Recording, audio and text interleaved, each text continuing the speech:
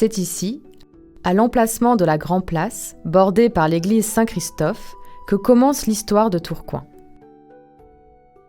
Les fouilles archéologiques, réalisées entre 1982 et 1985, permettent aujourd'hui de se représenter les origines du centre-ville et son évolution tout au long du Moyen-Âge. Grâce aux technologies numériques, partons à la découverte du cadre de vie de nos ancêtres dans un voyage qui nous mènera du XIe au XVIe siècle.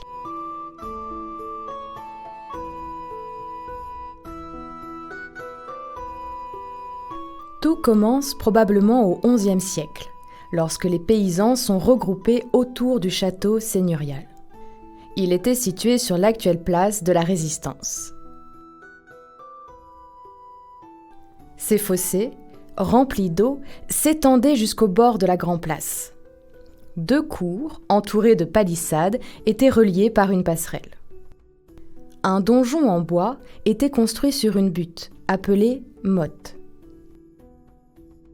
Les fouilles ne permettent pas d'en reconstituer l'aspect d'origine, et aucune représentation ne nous est parvenue. En voici une reconstitution imaginée d'après l'aspect des châteaux construits au Moyen Âge.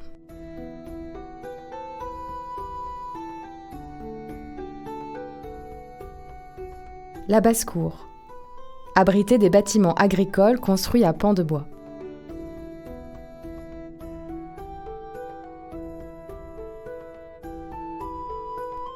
Une forge, attestée par la découverte de scories.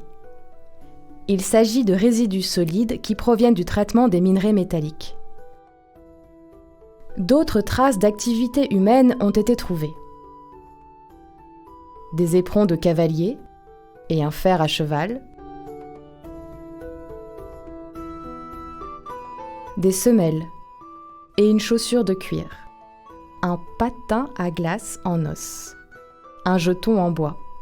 Un curieux récipient en bois d'une hauteur de 20 cm défie encore les archéologues aujourd'hui.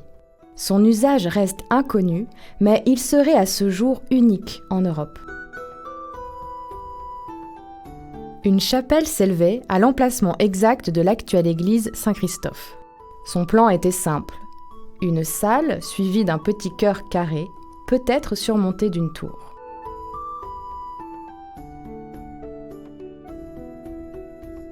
Les seigneurs de l'époque étaient étrangers à Tourcoing et ne résidaient pas au château. Sont-ils même déjà venus dans la cité ? 3 familles se sont succédées jusqu'au XIIe siècle, les seigneurs de Gand, de Bourbourg et de Guînes.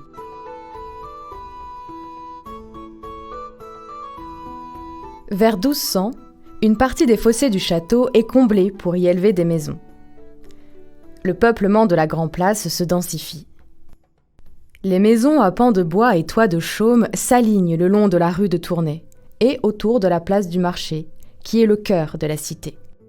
Elle tire ses richesses de la culture de la terre, de l'élevage et bientôt du travail de la laine. En 1294, une charte fixe les impôts dus aux seigneurs. Près d'un siècle plus tard, en 1372, les Tourquenois obtiennent un règlement pour leur production textile. Un sceau est créé.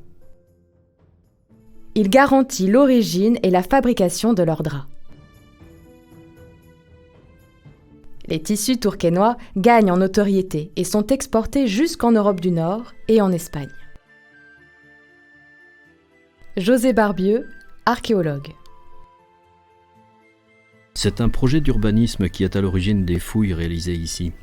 On savait que la halèche finale se trouvait dans cette zone. On l'a trouvée et on a découvert des structures plus anciennes. L'emplacement de maisons du Moyen-Âge, une superposition de fondations des XIIIe, XIVe et XVe siècles. Et encore plus bas sont apparues les traces des châteaux des origines. Les techniques de construction utilisées à Tourcoing semblent très proches de celles représentées dans les miniatures des XIVe et XVe siècles. Les bâtisseurs du XIIIe siècle ont d'abord élevé 3 poteaux verticaux et des piquets. Puis, ils ont posé sur quelques pierres des fondations en bois et un cadre rigide, appelé sablière. On peut supposer que la charpente était du type à courbe, à croc.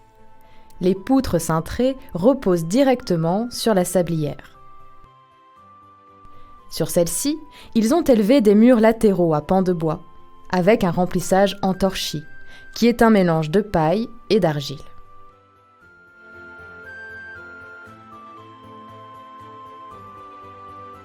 Le toit était recouvert de chaume.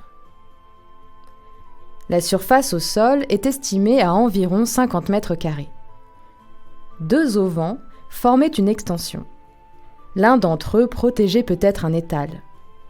Si c'est le cas, on peut imaginer que le propriétaire de la maison était un commerçant.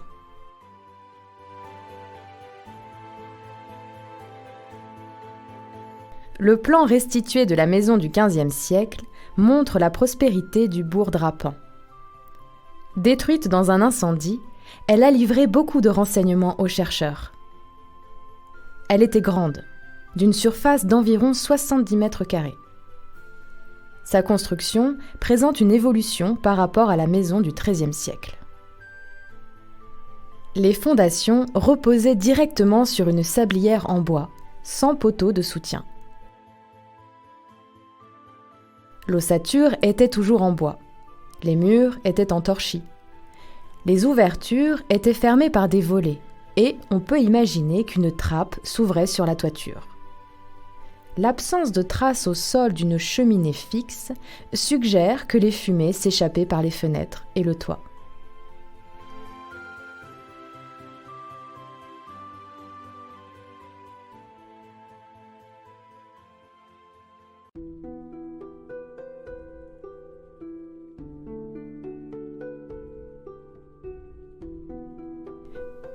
Le chaume du toit recouvrait probablement une charpente à ferme triangulée.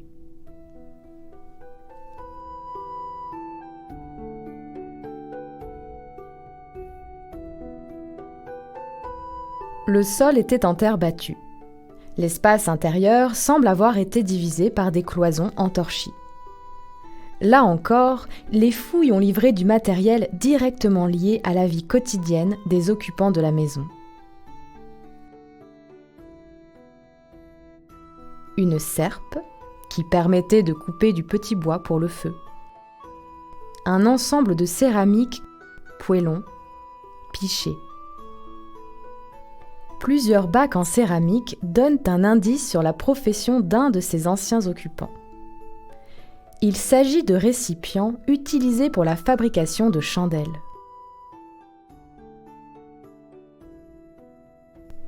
On y fondait des graisses animales, puis on y plongeait à plusieurs reprises des mèches qui s'imprégnaient de suif. Plusieurs foyers dégagés dans une des pièces de la maison peuvent correspondre à cette activité. Un fabricant de chandelles a donc probablement habité les lieux à une époque indéterminée.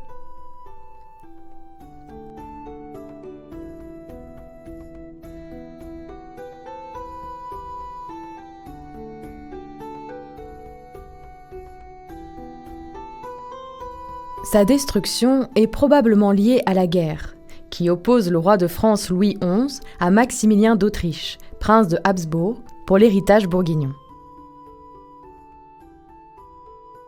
En 1491, Baudouin de Lannoy rachète la seigneurie de Tourcoing, alors en piteux état. Pour relancer l'économie du bourg drapant, il obtient de Maximilien d'Autriche la création d'une franche foire.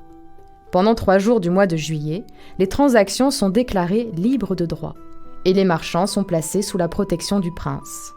Cette charte ouvre à Tourcoing plusieurs décennies de prospérité. La construction, vers 1505, d'une halle échevinale, l'ancêtre de notre hôtel de ville, est peut-être à mettre au compte du même Baudouin. Elle a été conçue pour abriter le gouvernement de la cité, composé de 7 personnes, toutes nommées par le seigneur. Un bailli, son représentant légal dans la cité, aidé d'un lieutenant, d'un greffier et de 4 échevins. L'aspect de cette halle était connu grâce à 2 petits dessins réalisés en 1593 et 1603. Les fouilles ont mis à jour un complexe aux qualités architecturales remarquables. José Barbieux, archéologue. Ces représentations sont précieuses, mais schématiques. Les fouilles les complètent. Elles ont d'abord livré un plan très précis. Ensuite, avec la découverte des pierres qui l'ornementaient, elles permettent de la reconstituer. Enfin, plusieurs objets qui ont été trouvés nous plongent dans le quotidien des échevins.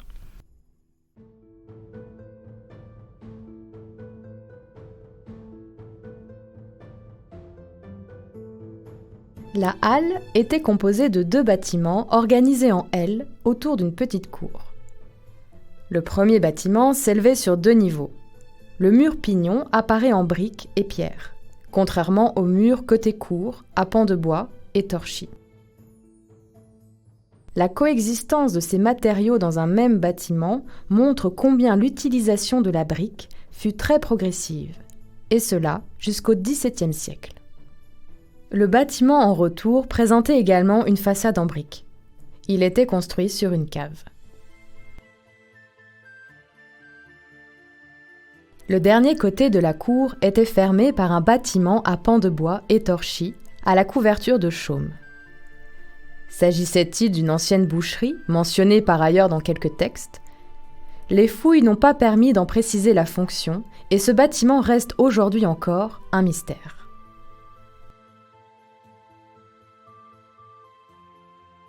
Nous en savons plus sur les techniques de construction de la halle et elles sont surprenantes. Tous les murs porteurs ont une ossature en bois. Les pierres des encadrements n'ont pas de fonction structurelle et sont pour ainsi dire des décors posés ou plaqués. Entrons dans la salle du rez-de-chaussée. C'est une salle de réunion. Les échevins y percevaient les impôts, y jugeaient les petits délits.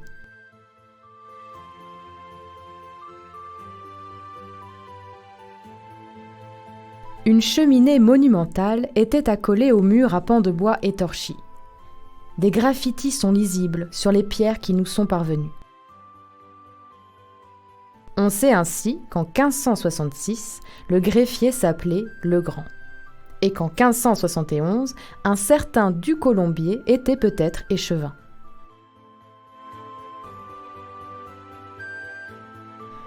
Dans la cour, des marches permettaient de descendre au sous-sol du second bâtiment.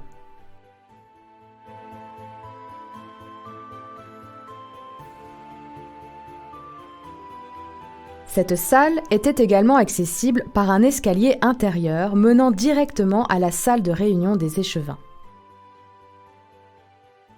Ici, on stockait les draps et on procédait au contrôle de leur qualité conformément à la charte de 1372.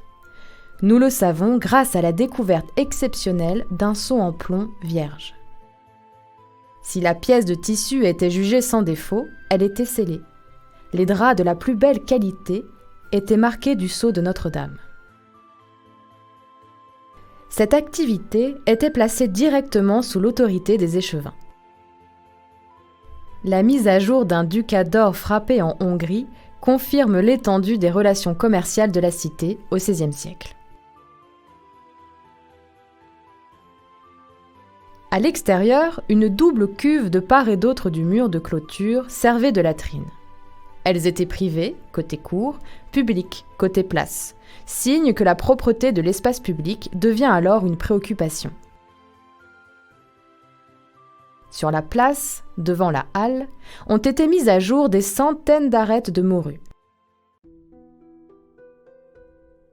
Elles nous renseignent sur une des nombreuses fonctions des échevins, le contrôle des marchandises vendues sur le marché. Ces poissons, jugés impropres à la consommation, ont été enfouis sur place. La halle tombe petit à petit en ruine pour être finalement détruite en 1614. Le bâtiment est méthodiquement déconstruit et des éléments sont utilisés dans la fondation d'un nouvel hôtel de ville.